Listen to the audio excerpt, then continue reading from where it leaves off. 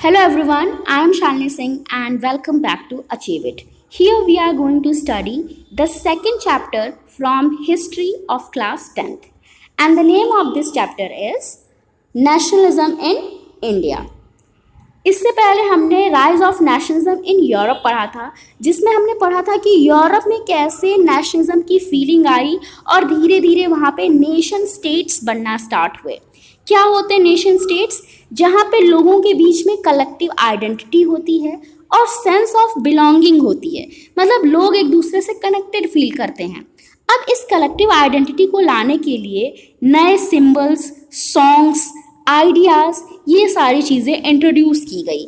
जैसे हमारे यहाँ नेशनल एंथम बजता है, तो चाहे हम किसी भी स्टेट में क्यों ना रहते हों, इवन हम कंट्री से अपने बाहर ही क्यों ना रहते हों, हमें जब अपना नेशनल एंथम सुनाई देता है तो हम एकदम सीधे खड़े हो जाते हैं और अपने नेशनल एंथम के लिए रिस्पेक्ट देते हैं ना। एक नेशनल एंथम को सुनने के बाद मन में गर्व आता है ना, तो वो सारी चीज़ें हमारे अंदर नेशनलिज्म की भावना को जगाए रखती है कि हम लोग क्या हैं, इंडियंस हैं, है ना। तो ये सारी चीज़ें इंडिया में आने में बहुत टाइम लगा था। कैसे नेशनलिज्म इंडिया में आया, ये हम इस चैप्टर में पढ़ेंगे। तो आपको पता है कि इंडिया पहले, मतलब 1947 से पहले इंडिया क्या थी? ब्रिटिशर्स की कॉलोनी थी। अब कॉलोनी क्या होते हैं? कॉलोनी वो होती है जब एक पावरफुल कंट्री किसी वीक कंट्री पे अपना डोमिनेशन स्थापित करती है और वीक कंट्री को अपने अंडर में ले लेती है, तो वीक कंट्री पावरफुल कंट्री की कॉलोनी बन जाती है। जैसे हम लोग इंडियंस ब्रिटिशर्स की कॉलोनी, हम मतलब इंडिया क्या थी उस समय? ब्रिटिशर्स की कॉलोनी थी। तो हम लोग उस समय एंटी कॉलोनियल मूवमेंट चला रहे थे, क्योंकि हमें ब्रिटिशर्स की कॉलोनी नहीं बनना था, हमें ब्रिटिशर्स से आज़ादी चाहिए थी। ठीक है, सबको आज़ादी चाहिए थी, चाहे हम किसी भी सोशल ग्रुप से क्यों ना बिलोंग करते हों, किसी भी क्लास से क्यों ना बिलोंग करते हों, अमीर, गरीब, मिडिल क्लास, हायर क्लास, सबको क्या चाहिए थी? आज़ादी चाहिए थी। लेकिन सबके लिए फ्रीडम का नोशन क्या था? अलग अलग था। मतलब एक राजा को आज़ादी क्यों चाहिए थी ब्रिटिशर्स से? ताकि वो अच्छे से शासन कर सके। एक गरीब मजदूर को क्यों चाहिए थी आज़ादी? ताकि वो अपनी मर्जी से काम कर सके, अपनी मर्जी से खेती कर सके। इसीलिए किसानों को भी आज़ादी चाहिए थी। तो आज़ादी तो सबको चाहिए थी, लेकिन सबके लिए उस आज़ादी का मतलब क्या था? अलग अलग था। तो इन सबको एक साथ मिलाने में महात्मा गांधी ने और कांग्रेस ने बड़ा ही क्रूशियल रोल प्ले किया, बहुत ही इम्पॉर्टेंट भूमिका निभाई थी महात्मा गांधी ने। ठीक है, तो उसके बारे में हम इस चैप्टर में पढ़ने वाले हैं कि कैसे कांग्रेस ने नेशनल मूवमेंट को डेवलप किया, कैसे डिफरेंट सोशल ग्रुप्स को नेशनल मूवमेंट पे पार्टिसिपेट करने के लिए इनकरेज किया गया। ये सारी चीज़ें हम पढ़ेंगे। तो सबसे पहला जो हमारा टॉपिक है वो है द फर्स्ट वर्ल्ड वॉर, खिलाफत एंड नॉन कॉपरेशन मूवमेंट। देखो, आपको पता है कि फर्स्ट वर्ल्ड वॉर कब हुआ था?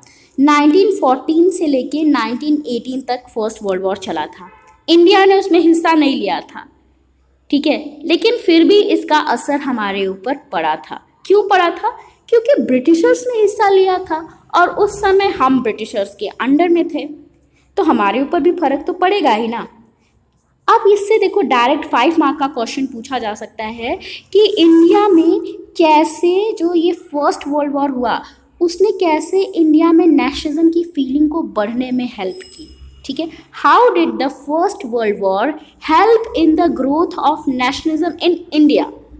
तो आंसर देखो, आप ऐसे लिखोगे कि सबसे पहली बात तो कि फर्स्ट वर्ल्ड वॉर ने क्या किया, एक अलग ही economical and political situation introduce कर दी इंडिया में। हमारा जो, जैसे कह सकते हैं ना, हमारी इकोनॉमी धीरे धीरे एकदम गिरने लगी। क्यों गिरने लगी? क्योंकि लड़ाई चल रही थी, ब्रिटिशर्स उसमें हिस्सा ले रहे थे और उनको अपने सेना पे खर्च करना था। तो खर्च करने के लिए पैसा वो कहाँ से लेंगे? हम ही से तो लेंगे ना। तो इंडिया से वो लोग क्या करते थे? पैसा लेते थे, और पैसा लेने के लिए उन्होंने इंडिया के टैक्सेस को क्या कर दिया था? बढ़ा दिया था। इनकम टैक्स को भी इंट्रोड्यूस कर दिया था। तो लोगों को प्रेशराइज किया जाता था कि आप क्या करो? टैक्स दो, और उसी टैक्स से ये अपनी सेना को तैयार करते थे, सेना के लिए पैसे इकट्ठा करते थे। अब जो वॉर के ईयर्स थे ना, उसमें क्या हुआ, खाने पीने के जो सामान थे उनके भी प्राइस बढ़ते गए, बहुत ज़्यादा प्राइस बढ़ गई, जिसकी वजह से कॉमन पीपल को बहुत ज़्यादा डिफ़िकल्टी होने लगी, बहुत ज़्यादा हार्डशिप उनको झेलनी पड़ी, क्योंकि वो अपना फूड कहाँ से लाएं, अपनी जो उनका बेसिक नीड होती है, जो रोटी कपड़ा मकान आप कह सकते हैं ना, हमारी बेसिक नीड होती है, तो उस समय इतने पैसे भी नहीं हो पाते थे कि हम लोग अच्छे से खाना खा पाएँ, क्योंकि हमारी जो फूड था, फूड का प्राइस एकदम बहुत ज़्यादा बढ़ गया था। ठीक है, और विलेजर्स को मजबूर किया जाता था कि आप क्या करो, सोल्जर्स बनो, उनको ज़बरदस्ती सेना में भर्ती कर दिया जाता था। फोर्स्ड रिक्रूटमेंट क्या थी, फोर्स्ड रिक्रूटमेंट होती है, यहाँ पे देखो लिखा है, forced recruitment a process by which the colonial state forced people to join the army. इसमें क्या करते थे, जो ब्रिटिशर्स थे, हम इंडियंस को मजबूर करते थे, जो हमारे यंग मैन रहते थे उन लोग को हम ब्रिटिशर्स मजबूर करते थे कि आप क्या करो, हमारी आर्मी में हिस्सा लो। ठीक है, ज़बरदस्ती उनको पकड़ पकड़ के आर्मी में भर्ती किया जाता था। तो ये सारी चीज़ें हो रही थी हमारे साथ। उसके ऊपर एक और रीज़न ये था कि अकाल पड़ गया था, पूरी हमारी जो क्रॉप हो गई थी वो फेल हो गई थी। ठीक है, जिसकी वजह से बहुत ही भारी मात्रा में फूड शॉर्टेज हो गया। ठीक है, और उसी समय एक एपिडेमिक आ गई जिसका नाम था इन्फ्लुएंजा।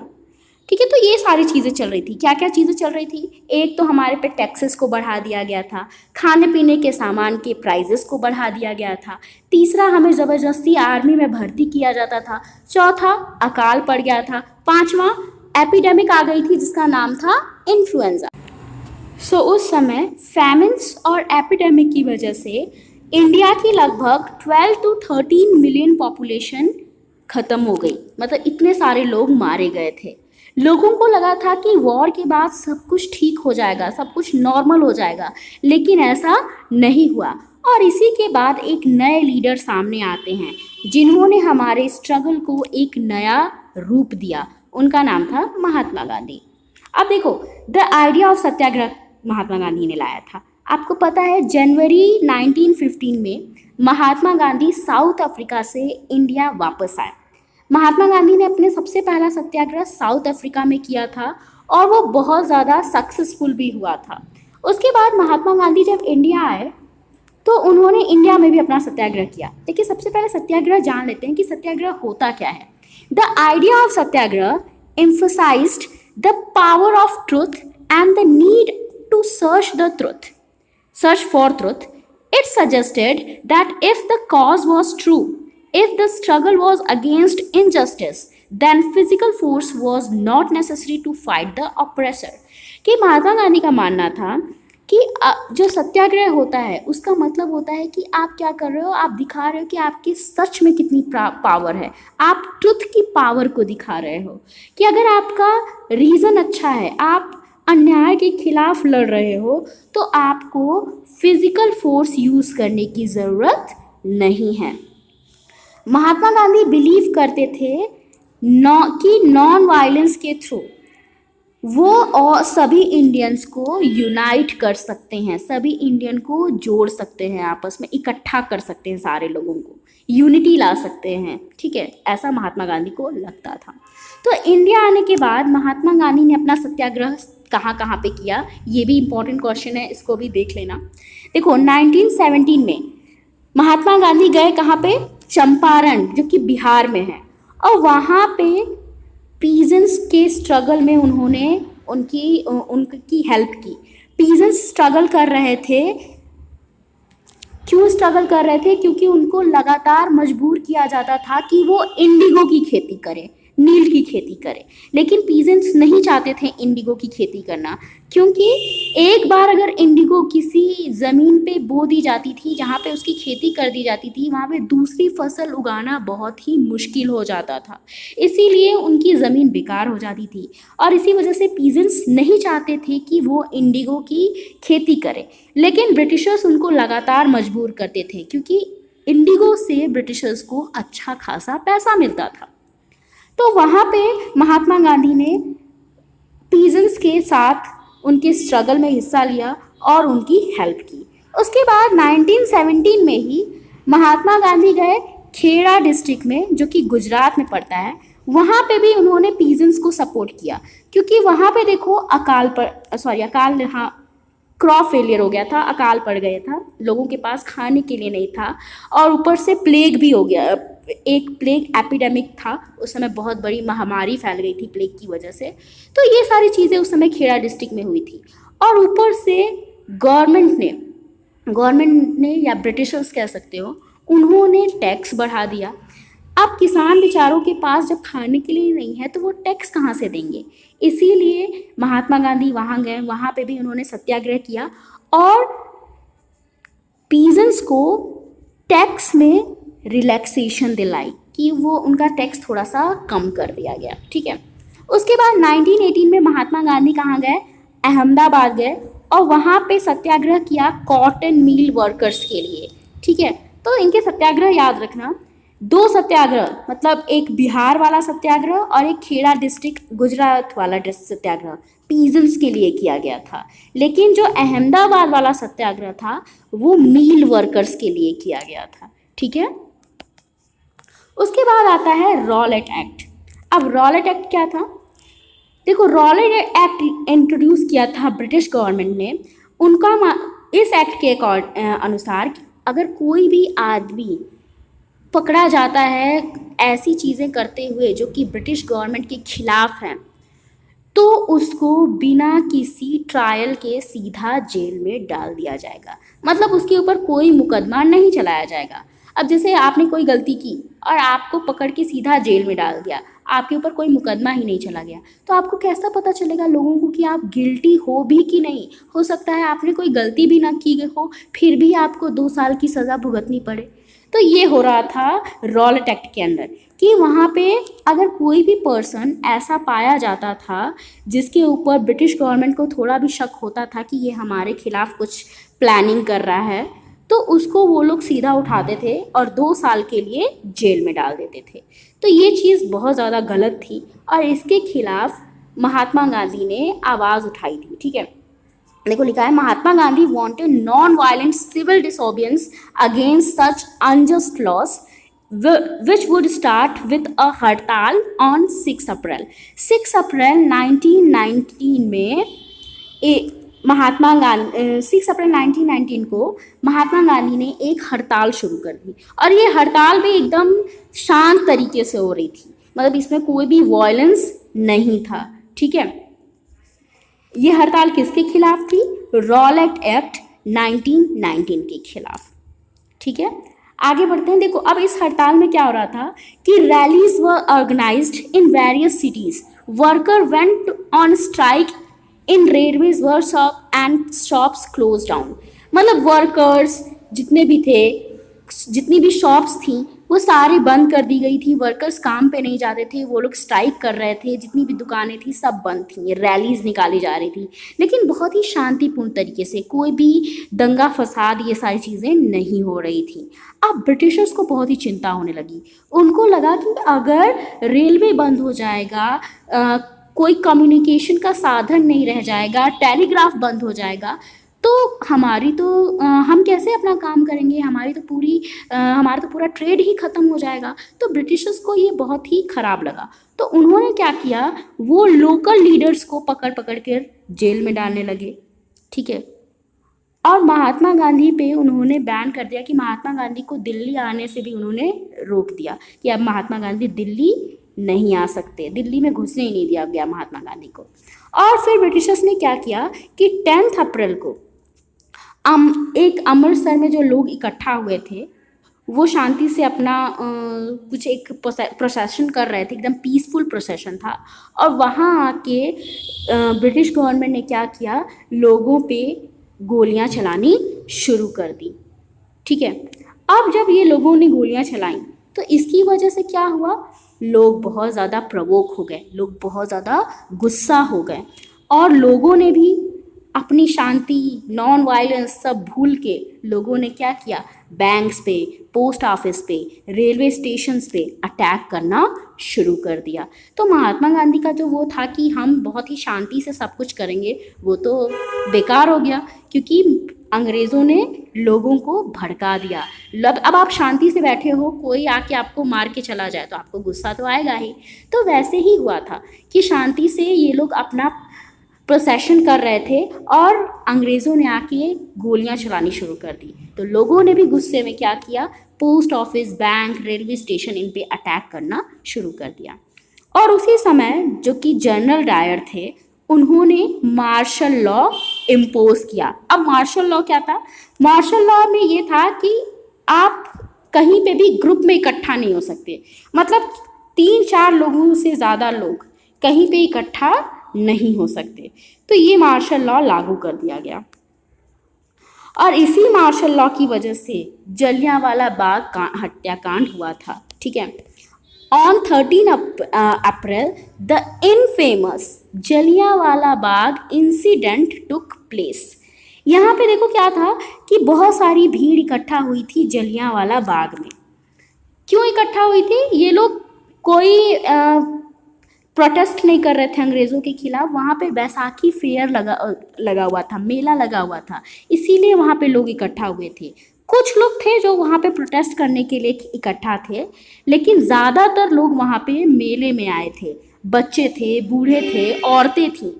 तो इन सबको तो बिल्कुल पता ही नहीं था कि मार्शल लॉ लग गया है, क्योंकि उस समय इतने ज़्यादा सोर्सेज भी नहीं थे कम्युनिकेशन की कि लोगों को पता चले। और रूरल जो हमारी विलेज वाले जो पॉपुलेशन थी, जो विलेजर्स थे, उनको इतना नहीं पता चलता था कि क्या क्या लॉज लाए जा रहे थे। तो उनको नहीं पता था कि मार्शल लॉ ला दिया गया है, एक जगह इकट्ठा नहीं होना है।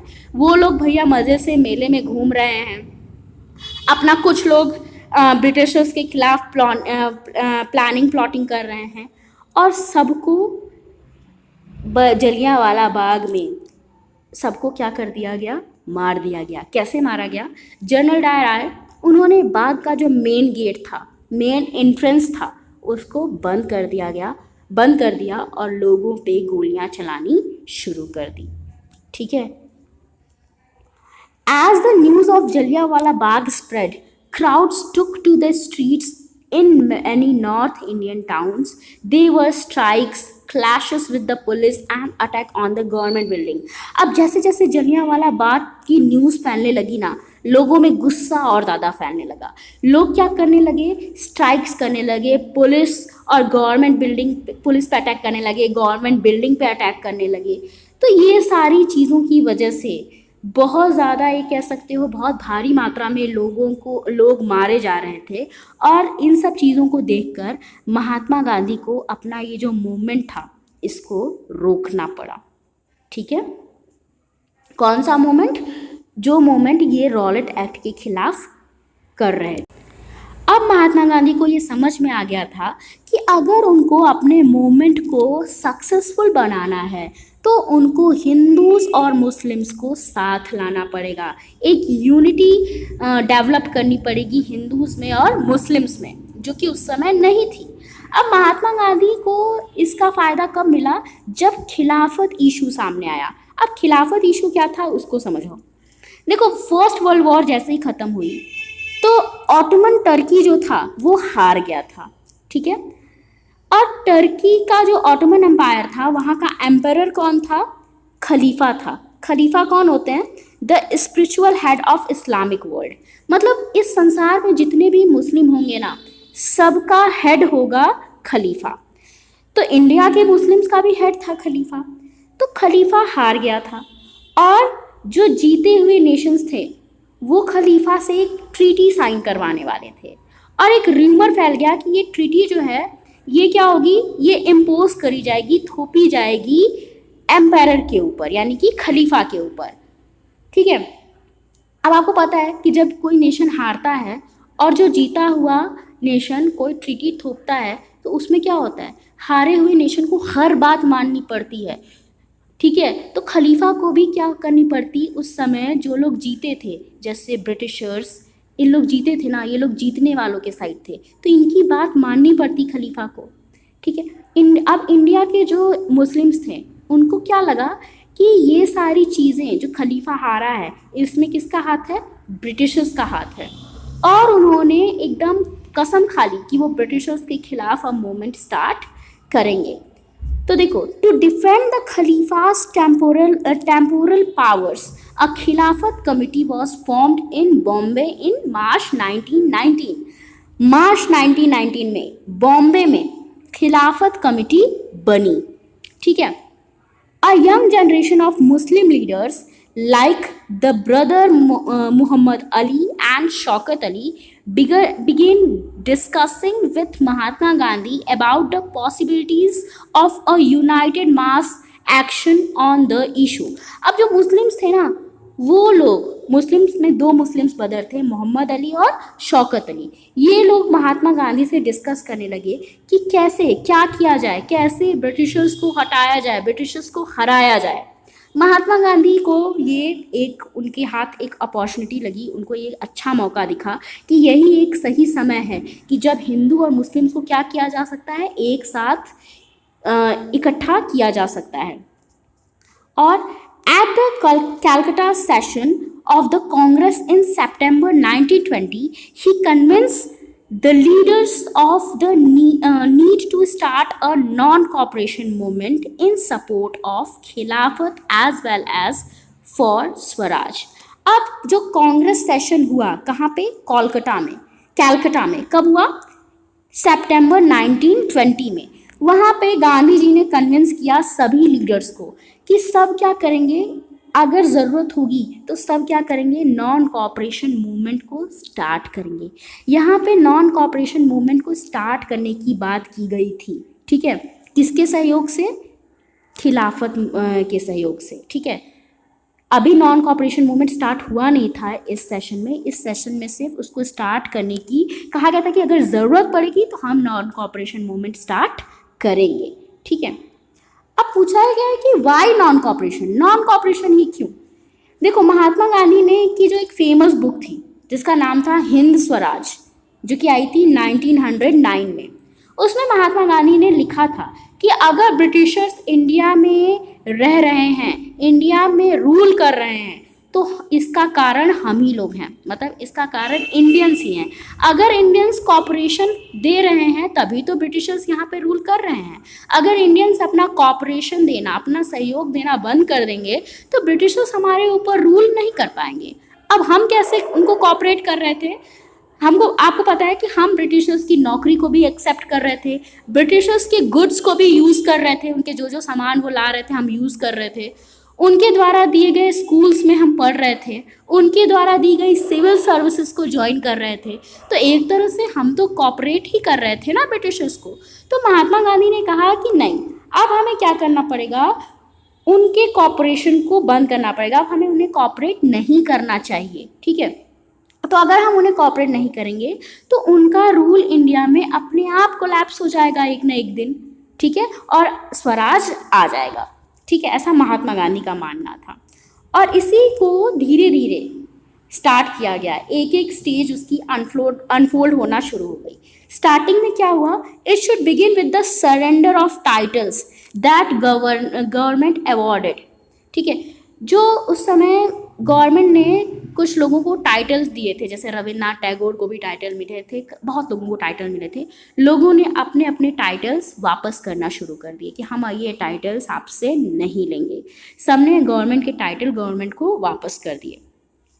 फिर हमने बायकॉट करना स्टार्ट किया। बायकॉट करना मतलब कि हम एक रिफ्यूजल की, मतलब कि हम क्या करेंगे, आपकी ना, हम आपकी सर्विसेज को नहीं एक्सेप्ट करेंगे, हम आपकी गुड्स को नहीं एक्सेप्ट करेंगे, आपके द्वारा दी गई हम किसी भी सर्विस को, किसी भी चीज़ को एक्सेप्ट नहीं करेंगे। तो बॉयकॉट किया गया किन किन चीज़ों का, सिविल सर्विसेज का, आर्मी का, पुलिस का, कोर्ट्स का, लेजिस्लेटिव काउंसिल्स का, मतलब उस समय क्या थे, कुछ मंत्री भी थे जो इंडियंस थे, स्कूल्स का, फॉरेन गुड्स को, इन सबको बायकॉट कर दिया गया, इन सबका बहिष्कार कर दिया गया। ठीक है, then in the case of government use repression, उसके बाद महात्मा गांधी ने कहा कि अगर फिर भी गवर्नमेंट रिप्रेशन करती है, मगर गवर्नमेंट अगर हमको रिप्रेस करती है, गवर्नमेंट हमको मजबूर करती है कि नहीं आप ये चीज़ें आप बॉयकॉट नहीं कर सकते, तो हम क्या करेंगे, सिविल डिसऑबेडेंस कैंपेन को लॉन्च कर देंगे, स्टार्ट कर देंगे। ठीक है, ऐसा महात्मा गांधी का कहना था कि हम बॉयकॉट करेंगे, अगर बॉयकॉट करने से गवर्नमेंट ने हमको रोका तब हम सिविल डिसऑबेडेंस मूवमेंट स्टार्ट करेंगे, सिविल डिसऑबेडेंस कैंपेन स्टार्ट करेंगे। ठीक है, अब देखो पूरे समर जो 1920 का पूरा गर्मी था, उस पूरे गर्मी के सीज़न में महात्मा गांधी और शौकत अली लोगों के पास जा गए और लोगों से घूम घूम के उनको अपना ये जो मोमेंट था उनकी जानकारी लोगों को दी, लोगों को उनके बारे में बताया। तो जो उस समय बहुत सारे जो कांग्रेस लीडर्स थे ना, वो क्या थे, उनको ये प्रपोजल अच्छा नहीं लग रहा था। क्यों नहीं अच्छा लग रहा था, देखो वो क्या प्रॉब्लम्स थी। प्रॉब्लम ये थी कि हाँ, कुछ लीडर्स ऐसे थे जिनको क्या हुआ था, लेजिस्लेटिव काउंसिल्स में जिनको जगह मिली थी, जिनको मंत्री बनाया गया था और इलेक्शन आने वाले थे नवंबर 1920 में, अगर वो इस समय बायकॉट करते तो उनको इलेक्शन से हाथ धोना पड़ता। ठीक है, तो मंत्री लोग इसलिए डर रहे थे।